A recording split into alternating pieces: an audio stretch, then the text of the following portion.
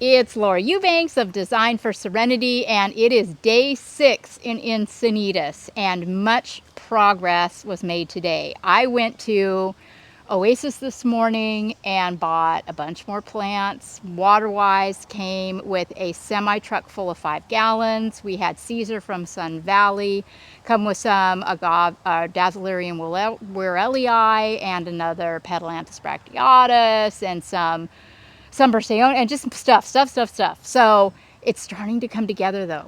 I worked on this all day. This bed is very, very important, and I wanted it to be very highly stylized. So I pulled in more of the smaller honey quartz or not honey quartz, but honey onyx and jasper purple boulders. I ran some 5-gallon, very different kind of crassulus through here, the millii. Then I blew it out with tapestry plants from Oasis. I planted that pot in the back there, a blue pot with the Pilosoceras azuris. Fantastic. It's a little shady there, but I instructed my client to never water that, and I think we'll be okay. We'll see how that goes. But yes, I took the action all the way around here. Pulled in some tapestry in this area here. Also at Sun Valley, I got these Agave Victoria Regiones, which is one of my favorite agaves. I got 3 of those, and those are featured in this area. Yeah, so I'm not quite done right here. I think I'm gonna bring some more tapestry like right behind the sago and come this way. So, you know, we have the tapestry on the right, and then we'll have a tapestry on the left. But this feels pretty good in here. I might throw another small mini boulder or 2 over there. But this, for the most part, feels really done. Then, in here, we're starting to lay out some plants. We staged a lot more boulder in here today, and you can see that we've got some, you know, you'll see some planting cans. That's where that Mr. Toothy Aloe is going to go. We put in that, I wish you guys could have seen it. Kevin had this multi-barrel in a wheelbarrow, and he literally dumped it, and it fell right into place, exactly where it needed to go. It was so perfect. I've got flanking the side of the house some agave ray of lights, 2 on this side and 1 on that side. I'm really loving that. Stunning barrel colony right here. I already showed you our little hack to cover up the irrigation valves here. Now this area is still TBD because I need to consult with my client. I think, if I recall, she mentioned something about maybe wanting to do some seeding here. So we're not going to do anything until I find out what's going on here. But we're starting to work this area out a little bit. I'm going to put this Yucca rostrata in the blue pot and mound and stage it in this area right in here. And here's a challenge. Our fountain, which we have we have figured out, we think, how to move it. It'll be quite the production, and I'll be sure to film it. We have an engine hoist, and we have pallet jacks, and we have all kinds of equipment from our friends at Sunbelt Rentals. And we think we're going to be able to get that monster onto the basin. But here's the thing, this fountain's not tall. You know, it's only going to stand about this high. And our clients want to enjoy it out this from inside the house looking out. Which means I've got a lot of planting real estate back here, but I don't want to plant anything that's going to grow up and block the view of the fountain from inside.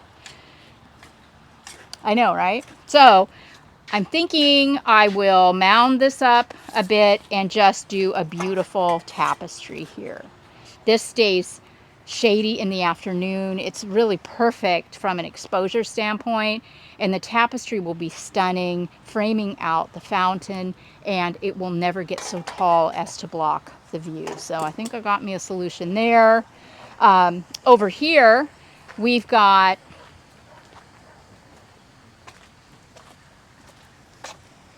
this Crassula argentea sunset. Looks like Kevin and Omar are going at this. These are beautiful 15-gallon specimens, but they're a little floppy. So the guys are trying to kind of MacGyver this plant so that it looks, so that it looks good. And there's still a little work to be done, but I'm confident that they will persevere, figure it out. The secret in situations like this is to plant the plant really deep in the ground, and obviously that holds up the stems. Also, when the guys ran the rubble border here, they exposed a lot of real estate. I'm like, guys, why did you start here? Now we got to plant this, but that's okay. It's fine. We'll do some portulacaria back here. And I mean, we've got some really cool things that we can do. And it's just, I really do like the openness here. It's, because otherwise the bed would be very linear. This, this opens it up, but we will have to spend special attention here to really make sure that this area looks good and it doesn't come off as an afterthought because it's such prime real estate. Now, for the piece de resistance, we had Miguel and Mel, and then in about the 7th inning, Kevin came in and blew out this whole bed. I mean, honestly, I cannot. Just feast your eyes on this magnificent tapestry. I gave no direction whatsoever. I made no suggestions. This was all them. And I cannot tell you how proud of a mother I am right now that my babies can pull off such incredible art. This is absolutely gobsmackingly gorgeous. I mean, we have all of these magnificent little boulders, and the clients had some petrified wood. They're rock hounds, so they had some really cool things of their own. The guys were so mindful to stage their beautiful rock so artfully. This is an area of the yard that has been so underutilized for so long. And, I was really opposed to keeping the grass because you know how I feel about grass. But they weren't ready to give up all the lawn. And so they gave me this 2.5 foot flower bed to work in, and I'll be gosh darned if I'm just over the moon with it. It's so stunning. So here we have, to the right, the install that we did a few years ago. And look how seamlessly the guys worked that through and into the new area. Just absolutely gorge, right? Then Greg and Omar and Ralph worked tirelessly today to get this fountain installed, leveled, and operational. And isn't it beautiful? Dang, this, oh, did somebody find a bird's nest? A little hummer nest, maybe? Look at this. Aww. Isn't that sweet? That's cute. It looks like it came maybe off the eaves or something, but it's very sweet. Very cute. Somebody worked really hard on that. So, yes, obviously there's, a little bit of finesse work to do in here, but they did a beautiful job. It's very clean. It's going to be very easy for me, to bring in a few more bromeliads or whatever and really just finish that off. So, Greg, in addition to working on fountain stuff, is also working on irrigation. Miguel has also started working on irrigation. Keep a good thought for Hannah. She's homesick today, so Miguel's behind the lens, and hopefully she'll be back tomorrow. We carried on without her, but there's the only thing left that I didn't show you, and we'll walk this way, where Kevin spent the entire morning, and it's so beautiful. Also, these are options for the decomposed granite that's going to go down in this pathway when we're done. And the client wanted me to give my input on which color. So I'm not even worrying about that right now. Bigger fish to fry, but see how, it's still sunny here, but it's nice and shady here. That makes my job so much fun because I can plant accordingly, things over here that are really going to thrive more in the sun, and then things over here that are a little precious and might want a little protection. So this area, obviously, still, I haven't even touched this yet today. Remember, there's our fountain over there on that pallet. It weighs about 1.5 tons, and it's going to have to be moved through.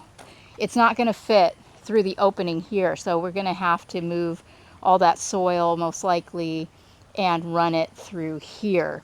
So I can't really do anything in this area until that thing moves. But look what Kevin did.